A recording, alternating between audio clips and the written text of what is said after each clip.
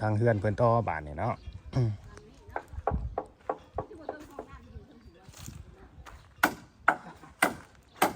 ขอปอกเนาะเสาไม้จิกนี่เนาะสบายดีสร้างบ่ถ่าก็เลยเนาะย่อเฮือนใหม่นี่ก็ดิบ่ถ่าก็เลยว่ะเหลือไว้ให้ย่อนำแน่จากเสาหนึ่งเสาค่ำเสาคูณ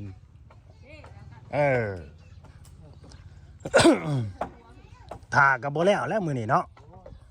บ่เป็นหยังพาหยอกกี่ซื้อโอ้ทรงโมเดิร์นเฮ้ยพี่น้องเลยแมนบอกโมเดิร์นบ่นี่หอยนึกว่าโมเดิร์นเลยไฮเดิร์นได้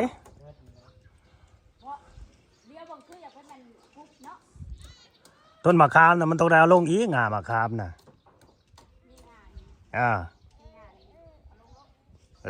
เอาลงอีเด้อน้องมิกเด้อ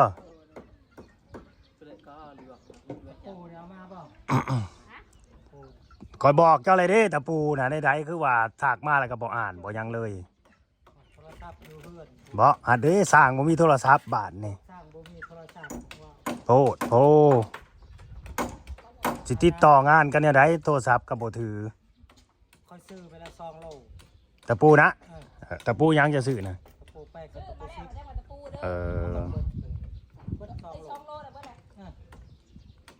ซื้อแล้วก็ซื้อเบิดแล้วก็ไปซื้ออีกเลยยากพี่สั่งมันบ่ยากนิดเดียวนี่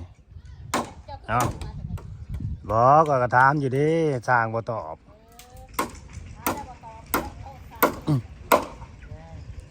พูดหลังใหญ่แท้บาทนี่บ่โอ้โทรลักมักใหญ่เนาะบรรยกขึ้นแล้วมักใหญ่นึงพรในไรสบายดีห่างพรมีไรหัวมียังคือขี้ดินเต็มหัวอยู่ไปเอาพื้นไปเอาพื้น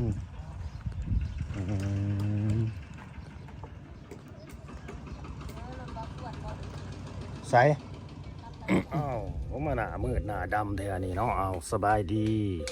สวัสดีพ่อแม่พี่น้องFCทักแพงเบิร์ดสุขุสุขคน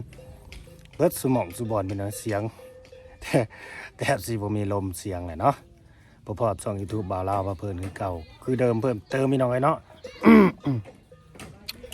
มื้อนี้ก็เป็นมื้อสันวันดีพี่น้องไอ้เนาะมื้อสันวันดีเด้อพี่น้องไอ้นี่เนี่ยมื้อโศกมื้อมานมื้อค่ำมื้อคูนมื้อลาบมื้อรวยเนาะเป็นมื้อยกเฮือนใหม่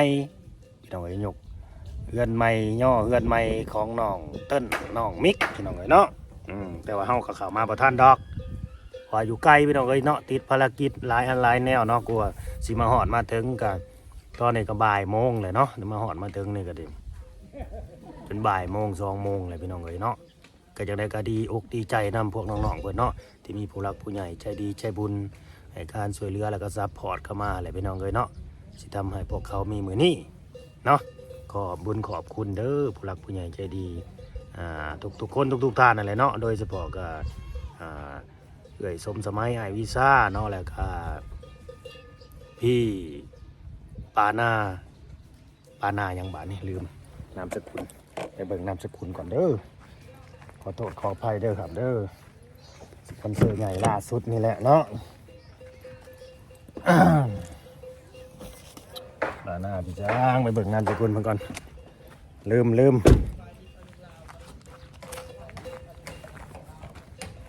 ปานาอย่างเนาะ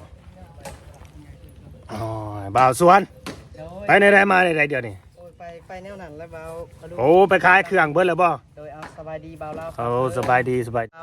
มาซื้อมะขามบ่โดยซื้อเป็ดซื้อไก่ซื้อแบ่นะซื้อเบิดทุกอย่างมีบ่แบ่นะมาขายให้แหน่2 ตัวหามาให้แหน่เด้อไก่ยังบ่ได้มีแต่ไก่เป็ดหามาให้แหน่ก็ได้10 โตได้10 ตัวโดยมื้อนี้ก็เข้ามาเอามะขามอยู่บ้านนี้ได้แล้วบ่ได้3-4 สอบเลยอยู่บ้านแก่ไปเบิดแล้วบ่โตแกะน้ำโตบ่ได้แกะน้ำเป็นได้กิจการดีอยู่บ่เป็นพอไปอยู่ที่ดีใจแล้วเบาเล่าพาเพิ่นเนาะนี่คือว่าเบาส่วนก็ดีอกดีใจดีอกดีใจแหละเพราะว่าเฮาก็มีแบบรู้จักวิธีต่อยอดนะเนาะหาเงินหาคำนี่ดีกว่าอยู่ซื่อๆหั่นนะเนาะได้มื้อเท่าไรกำไรได้บ่มื้อละแสนคือว่าอันนี้คือว่าเบาส่วนได้พอแล้วค่ารถส่งเดือนนี้หั่น พอแล้ว ได้ค่ารถพ่อแหละเนาะ โดย เออ แต่ก็เงินส่งค่ารถให้บ่สวนหมุนไปหมุนมาในหันและ อ๋อ เป็นเมื่อวันที่20บ่สวนส่งค่ารถนี่ โอ้ ก็บ่ได้พักเมื่อวานนี่ก็เล่นตลาดไปสายเมืองชน ไปสึกเมืองชนเนาะ โดยมื้อนี้ก็เฮาก็เข้าบ้านมื้อนี้ อ๋อมื้อนี้น่ะสิไปไสต่อมาคามเลยสิไปไทยต่อ ว่าสิไปซื้อหมูอยู่บ้านป้าใหญ่ ไปซื้อหมูอีก โดย เป็นบ่ค้าเต็มโตเนาะบาดนี้เนาะ เงินบ่ได้มีได้เงินก็ เงินบ่ได้มี หนไปหมุนมาเงินในหันแล้ว ก็ดีได้อยังมีเงินหมุนเด้เนาะยังมีเงินหมุนน่ะ ก็ ก็มันก็ดีแล้วเฮาฮู้จักไว้ว่า โดย ฮู้จักหาเงินแล้วก็หมุนเงินหั่นนะว่าเอาเงินตัวนี้ไปหมุนตัวนั้น บางเทื่อก็ยันบ่ได้กำไรก็มีก็ยัน บ่ เงินสูญหายไปกับปานนั้น บ่ทุกสิ่งทุกอย่างสิเฮ็ดหยังก็ตามแต่กิจการเล็กกิจการใหญ่ มันก็ต้องเสี่ยงทั้งนั้น โดย เนาะบ่ได้กำไรก็ลุบทึ้นเบิดเท่านั้นแหละ โดย ทุกสิ่งทุกอย่างว่าสวนได้มีแต่ โดย สู้อย่างเดียวเนาะ สู้อย่างเดียว สู้อย่างเดียวอันน่ะบ่เหนือความพยายาม โดย คือมื้อนี้เฮาขาดทุนมื้อหน้าเฮาได้กำไรแบบนั้นแหละประมาณนั้นแหละเฮ็ดหยังคือกัน โดย บ่ได้กำไรทุกมื้อดอกอืม ตัวมันขาดเฮาสิเป็นบทเรียนไว้ แม่นเป็นบทเรียน ตัวมันบ่ขาดเฮาก็สิเก็บไว้ในใจแบ โด บ ย บ่ให้มันขาด ของน่ะเอาหลายกว่าเก่าแล้วบ่จากที่ว่าทุนมื้อละ500,000นั่นนี่เอาเพิ่มแล้วบ่ เพิ่มแล้ว อ๋อโอเค เพิ่มหลายกว่าเก่า โดยดีอกดีใจนำเนาะสู้ต่อไป อ้าวโดย เนาะเป็นกำลังใจให้เด้อ โดย โดยขอให้โชคให้มานกายดิบกายดีเฮ็ดหยังทำหยังกะให้ร่ำให้รวยให้ขึ้นให้เกินเด้อบ่าวสวนเด้อ โดย เนาะ คิดนานในบ่ส่วนว่าสิซื้อโทรศัพท์ อันสิซื้อโทรศัพท์อีก ว่าสิซื้อโทรศัพท์เงินซื้อหมูซื้อเป็ดซื้อไก่บ่มีวันนี้ฮะ อ๋อ ก็สิเป็นสิซื้อและอันนี้ ใจเย็นๆ ไป โดยใจ บ่ เย็น ก็คอยหมุนไป ๆก็อย่าพาซื้อถ้าเกิดว่ามันบ่ทันจำเป็นเนาะก็บ่พาซื้อ โดย หาไปหมุนแบบอ่าเฮ็ดกิจการเฮาก่อน โดย อย่าโทรศัพท์มันหนักสิได้เองดอก โดย เด้อ โดย คอยเป็นคอยไปอย่าฟ้าวเอามันโทรศัพท์ก็ดี โดย หาเงินมันได้หลายๆก่อน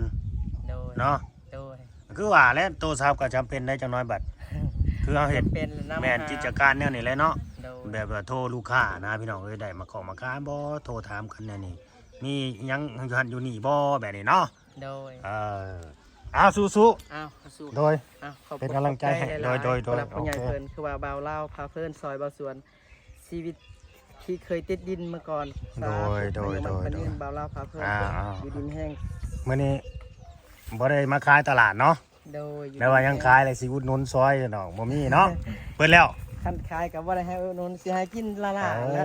อ้าว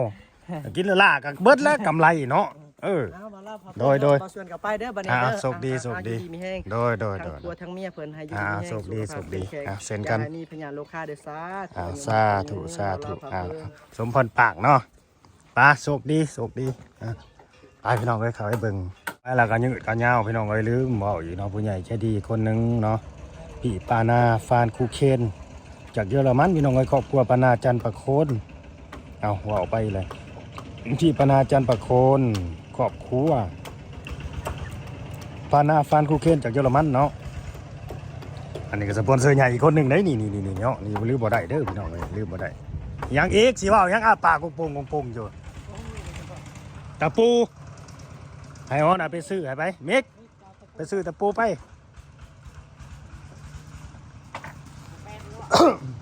เอาตะปูยังแน่ แปดนั่นแหละ ปู8บ่เจ้าซื้อมาโลเท่าไรสั่ง โลละ30อยู่นี่ มาเอาเงินนี่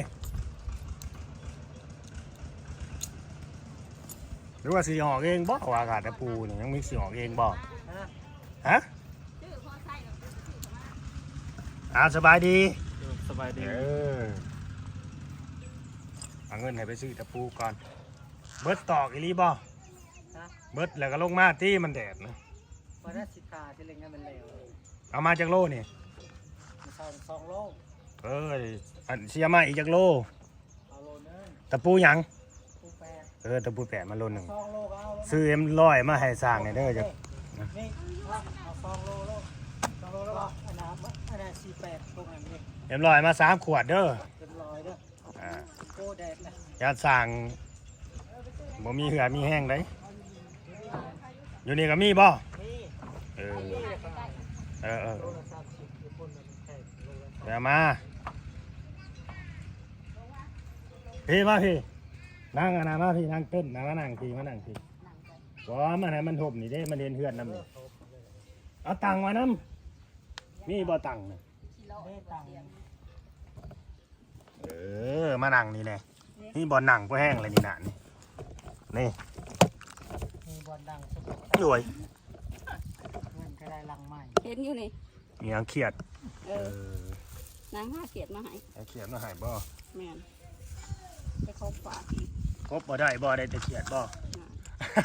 ได้ฮักได้เขียดได้กบ เออ กบบ่มี แต่หน่อยมีดราม่าเข้ามาเลย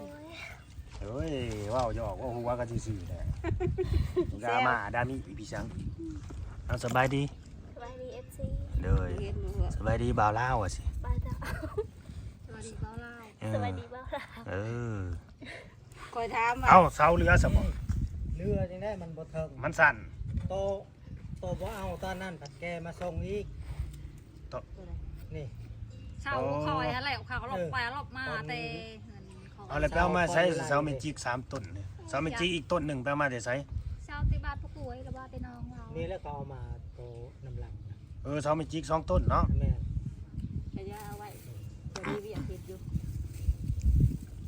ตอนนี้เขาออกบริใส่ทั้ง โน้ ตู้ น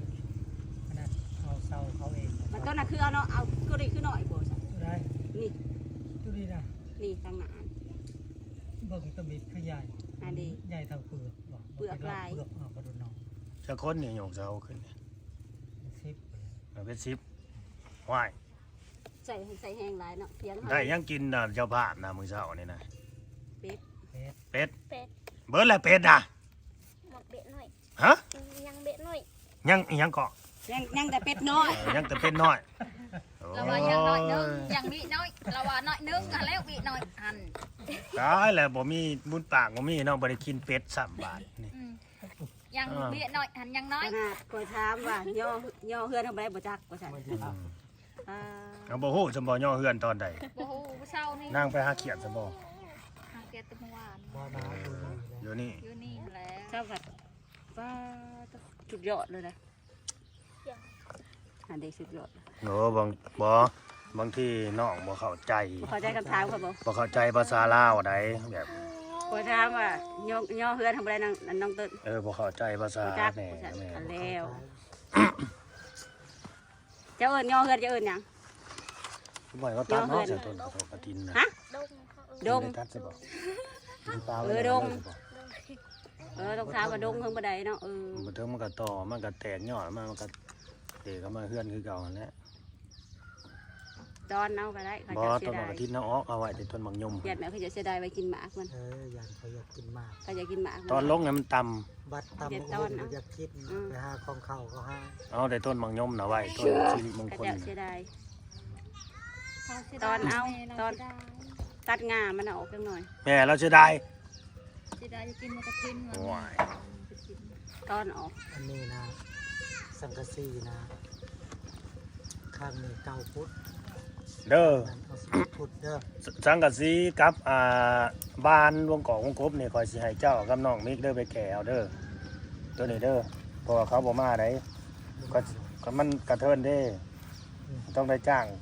ขาก็มาส่งอีกแพงอีกบาทนี่ก็สิให้น้ำมันได้ดอกจัก20-30,000ค่าน้ำมันไปเวลาไปแก่เอานี่นะ ให้2,000โดยแล้วแต่ไป ก็ยากดอกเขาสิให้ดอกค่าน้ำมันก็ให้หมอนี่ไปยกไปจับน้ำน้องมิกนั่นแหละมีแต่ จักพูดก็ มีแต่เฮา 9 ฟุตแล้ว เก้าฟุต 11 ฟุต ก็พูดใส่รถเฮาก็ได้ บ่ ได้ บ่ได้ มีแต่เฮาตอกเฮาตีเฮา มันใหม่เลยจ้ะพวก ใหม่ ประ อะ ตูนี่ เอาไว้ประตูน่ะได้ แม้ว่ามันขาดเรือไปซังแหละก็ให้แก่มาเบิดเลยหั่นนะ ขัดวันประตู มันน่าจะได้นะเปิดถ่ายมันนะ บ่ได้นะมันยาว บ่ว่าพื้นบ้านวงกบน่ะได้ถ้ารถเฮานะ ได้อยู่อันพวกนั้น เพราะว่าเขาเข้ากับเก๋ สังกะสีนี่มันยาวมันกระเทิน สังกะสีเนี่ยคันมีคนจับเนี่ยก็ได้ เสือกมัด 9 ฟุต9 กับ 10ซะบ่ ว่าได้นะเขาแทกมือแล้วบ่ได้มันสีหอมนิดนึงต้องเอา11 โอ้ โล ประเทศแล้วนี่ก็เฮือนเอ้ยน้องเราได้นี่เนาะ ทรงแบบเดียวกันคล้ายๆกันโลด คล้าย ถ้าเบิ่งเด้อไผสิงามกว่ากันงามเป็นคนละแบบ ๆงามไปคนละแบบนะ อ่า แต่มันก็งามไปเบิดนะ งามไปเบิดปูนี่ อย่า เอาให้ ปู ที ห่าง เด้อ เด้อ ปูให้ที ปูให้ เด้อ ทีเด้อ เวลาปูเนี่ย บ่ให้ปูห่างเด้ แป้นบ่พอก็สั่งมา อ่า เพิ่ม โอเค บ่ยากแล้วบาดนี้ตัวใดขาดเรือ อัดซีดเข้าไป อัดซีน บ่ให้ห่าง ดี สั่งมาโลดบัดนี้ห่างมัน อยาก สร้างต้องนั้นโลด อยากได้ยินแบบนั้นแหละ ห้องก็ให้เฮ็ดแบบว่าอ้อแอบให้เขาให้มันกว้างในห้องนอนเขานะ ขอเฮาอันนั้นเด้ กว้างอยู่แล้วมัน2 เมตร เออ โต มันกว้าง โตระเบียงนี่มันแค่1.80 เมตรต่อจงระเบียง คอยเราคิดว่าขันหองมันสิมาหอดใส่ก่อน เจ้าของน่ะเจ้าของกินยังอยู่บ่ ขันหองมันสิมาหอดใส่ก่อน คันห้องทางไหน ว่าขันหองมันสิมาหอดใส่ก่อน อ่ะ มันสิมาหอดใส่ขันหอง มันคันประมาณ2 เมตรแล้วก็ที่เรือมันก็เป็นระเบียง แกขนมหน่อย มันบ่คือในเทียงค่ะมันมีชั้นเสากลางนั่น บ่ บ่ได้คิดบ่ออก บ่ ว่าสิขันนั่นแหละ สิยากพี่ชังอะไรกัน โอ้ย โอ้ย สิไปยากมันบ่ได้ยาก เอ้าบ่แม่นสร้างมันจะคิดออกพี่ชัง จะไปคิดอหยังเนาะ คือคิดยากพี่ชัง ไปๆคือขน เอา ม จ้อง อยากกินขนมอีกบักสมิงอยากกินขนมบาทนี่ มันบ่เป็นแนวยากนะเขาว่ายันก็ โอเคนี่นะมายืนนี่ดูสองผัวเมียนะลูกมายืนนี่ ยืนในเฮือน ยืนมายืนคู่กันอยู่นี่สิถ่ายรูปมันลุกขึ้น ยืน มายืนเฮียงผัวพี่ยืนใกล้ๆกันยับเข่าหากัน ยักเขากันไปยักออกได้นี่ เลี้ยวบังกล้องพี่ ยืน เลี้ยวบังกล้องเลี้ยวบังกล้อง เดี๋ยวกล้อง 1 2 3 หาดีเลียวเนี่ยโปโป โอเคนั่งคือเก่าอยากสื่อสารกันยากทีเด้อกับน้องเติ้น พยายาม ยากหน่อยหนึ่งพี่น้องไว้น้องบ่ค่อยเข้าใจ เพื่อน ภาษาย ก ลาว เพื่อนกับว่าดง เอาดงภาษาบ้านเขา ก็นั่นเลยกับว่าดงเจ้าต้องท้ามว่าดงบ่ายกันเข้าใจ ดงเฮือนจะว่าย่อนํบ่จัก เพิ่นว่าดง เพื่อน บ่ย่อนะว่าใด ดีใจบ่ ๆภาษาเจ้า ดีใจหลาย ดีใจหลายจักเปอร์เซ็นต์ 8%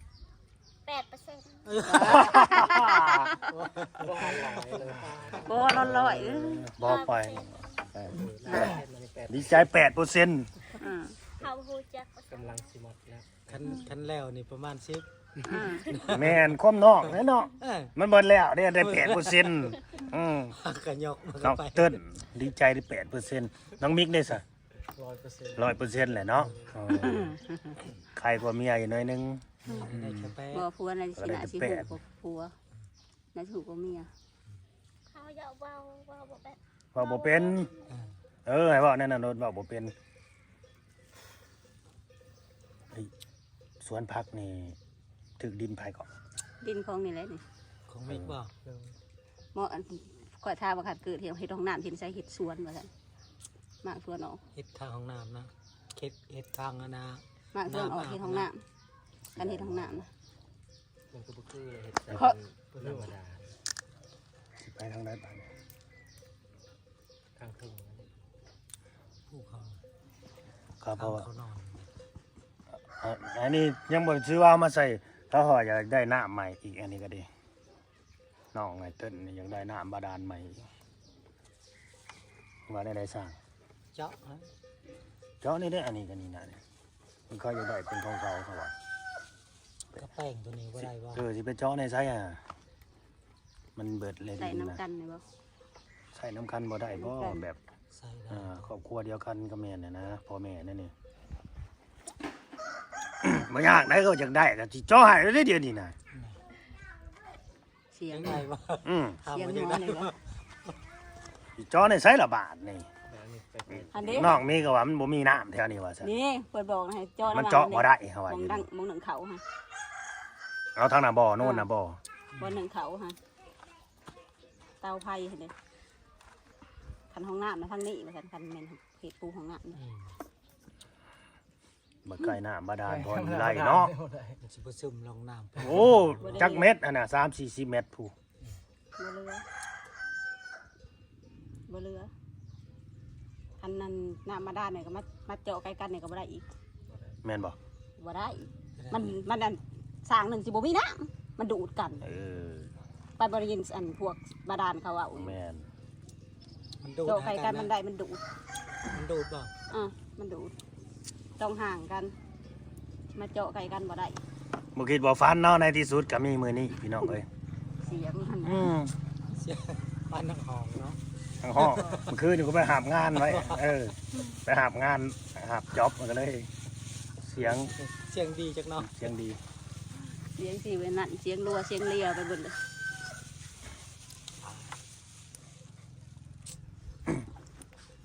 เอาลงก่อนโลดก่อน4 โมงเลยนี่บอกน้องมิกคือตอนลงโลดนี่งาพวกมันเดียวมาจะน้อยโมงหลังคามนะลงอย่างไร อันนาใบมะขามล่นใส่สังกะสี โอ้ยสมปีสังกับสีสอดไว้ได้จะน้อยนี่ สีซอสไว้ที่ เป็นมันเน่าอยู่นั่นแหละเป็นขี้มงขี้เมีย นี่งานี่กับงานี่เอาลงรถเอาลงบนรถก็ได้ ลงโลด ตอนลง สิบ่ลงใจซ่านแต่ไหนบอกอ่ะ อ๋อคอยฮะเอาลงทีละน้อยแล้ว คอยเด้อ ทีแล้วก็ดึง ค เอา อยได้ ทีแล้วมันยากก็แบบนี้ถ้าเราลงแต่เมื่อวานเนี่ยนั่น ตัวนี้เรือนี่เลยเอาง่ายๆถ้านี่นะมันดีมาทางนี้ลงเบิ้ลหล่น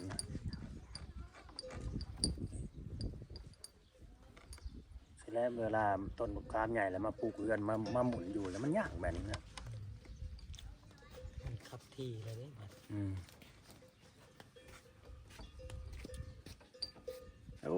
สามีได้กินขนมไหมเนาะ 10 ปี20 ปีแล้วป่ะจ๊ะ ก็ได้ ก็มาขามนี่ โอ้กว่าก ลัวบ่ 40 ปี50 ปี เอ็งบอกฮะ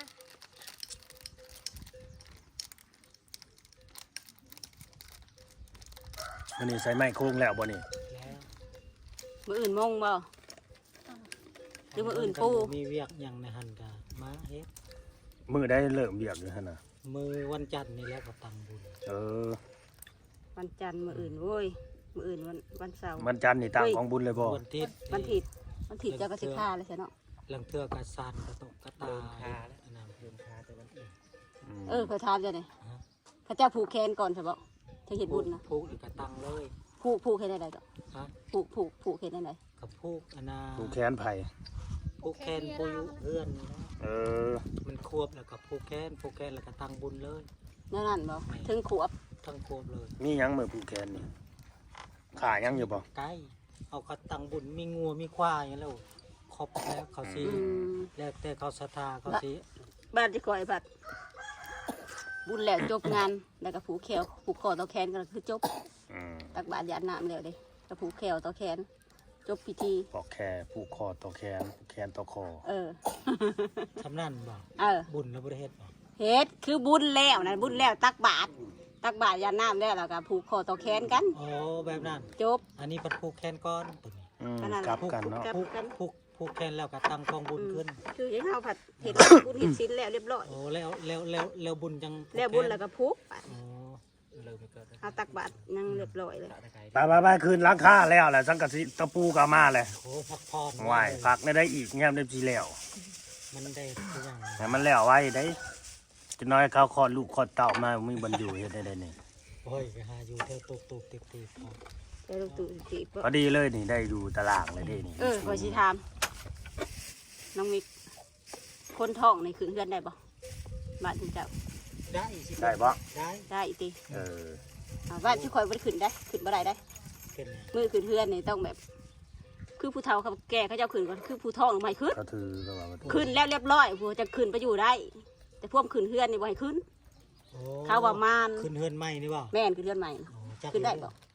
ได้บ่นะแถวนี้บ่ได้ยินเขาว่า แต่บ้านที่ บ่ได้ ไปบ่ ติ ได้ ด ได้ อิหยังเลย ได้แล้วก็ได้ ถามซื่อๆเพราะว่า FC ก็ถามมาเลย ได้แล้วก็ได้เป็น ได้ FC ก็ถาม บ่ได้ติดอิหยังดอก ได้แล้วก็ได้ยิ่งตามใครเคยถือในใดก็ถือในนั้น คือบ้านเฮา ถือ แบ แล้ว บ ก็แล้วไป เราเทิงกับเราลุ่มนะคือกันบ่ บ่ถือแล้วก็แล้วไป ขึ้นได้แล้วก็ ขึ้น ขึ้ เฮือน นใหม่แม่นบ่ ฮะ เวลาเฮาขึ้นเฮือนใหม่นี้ แม่นขึ้นเฮือนใหม่ซื่อขึ้นแล้วเฮาก็ขึ้นไปน้ำลังก็ได้แบบนี้นะ อืม บ่ได้แม่นอันนั้นดอกบ่แม่นว่าขึ้นไปอยู่บ่ได้ เครื่องบ้าน เอาขึ้นก่อน แม่นผู้บ่ท้องน่ะขึ้นก่อน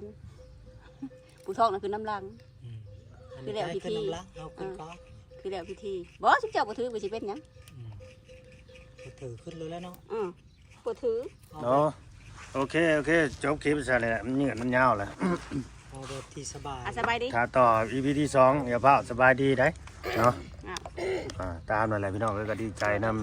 ำพวกน้องๆเพิ่นเนาะสิมีมือนี้ก็ย้อนว่าผู้รักผู้ใหญ่เพิ่นอะไรเนาะเห็นดูเมตตาเนาะให้ความสงสารมาลักๆนี่เพิ่น ข ก็ นาดคอยยังบ่คิดเลยได้ว่าสิได้ไวขนาดนี้ เนาะ แต่มีผู้ใหญ่เพิ่นให้มาก่อนใหญ่เด้ แม่ ลักๆนี่เพิ่นก็เห็นดูสงสารให้เมียพุ่นแหละพี่น้องเอ้ยเนาะคนท้องคนใส่นั่นแหละเนาะ การคนท้อง สงสารคนท้องหั้นนะญาติบ่มีเฮือนมีซ่านให้มาอยู่กับตู้กระต๊อบจนว่าบ่ได้ลูกได้เต้ามาบัดสิไปอยู่ในไสยามฝนนี่เขาสิอยู่กันจังไดเพิ่นว่าเนาะ นี่งานนี่อยู่กรรมนี่ยันถึงยามฮ้อนอยู่ยันถึงช่วงอันเมษาอยู่ บัดยุ่ง อันเหาะ เด้อได้เฮือนได้ซ่านแล้วก็แนวใดเพิ่นว่าผู้หลักผู้ใหญ่ก็ดี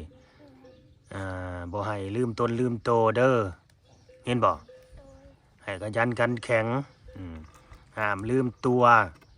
บ่ให้ลืมคนที่เพิ่นมีบุญคุณกับเฮาคนที่มีพระคุณกับเฮาเด้อน้องมิก เลย เข้าใจบ่ให้คิดแนวนั้นเด้อบ่ให้ลืมว่าไผเป็นผู้พาเฮ็ดพาทำแล้วก็นำพาหั่นน่ะ จะมีมื้อนี้ จังมีมื้อนี้ มีเฮือนมีซ่าน จังมีเฮือนมีซ่านเข้าใจบ่นั่นแหละ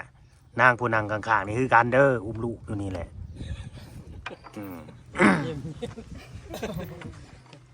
จักดอก ตามนั่นแหละพี่น้องเอ้ยเนาะเฮาก็สิได้จบคลิปไว้ซะนี่แหละขอบคุณผู้รักผู้ใหญ่ใจดี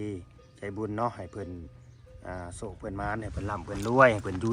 ดีมีแห้งให้เพิ่นร่ำเพิ่นรวยขึ้นกว่าเก่าหั่นแหละเนาะเฮ็ดหยังทำหยังก็ขึ้นให้เกินหาเงินหาค่ำก็ดีเนาะหรือสิเฮ็ดกิจการหยังก็ดีให้โศกให้มานให้ร่ำให้รวยสิ่งสำคัญก็คือ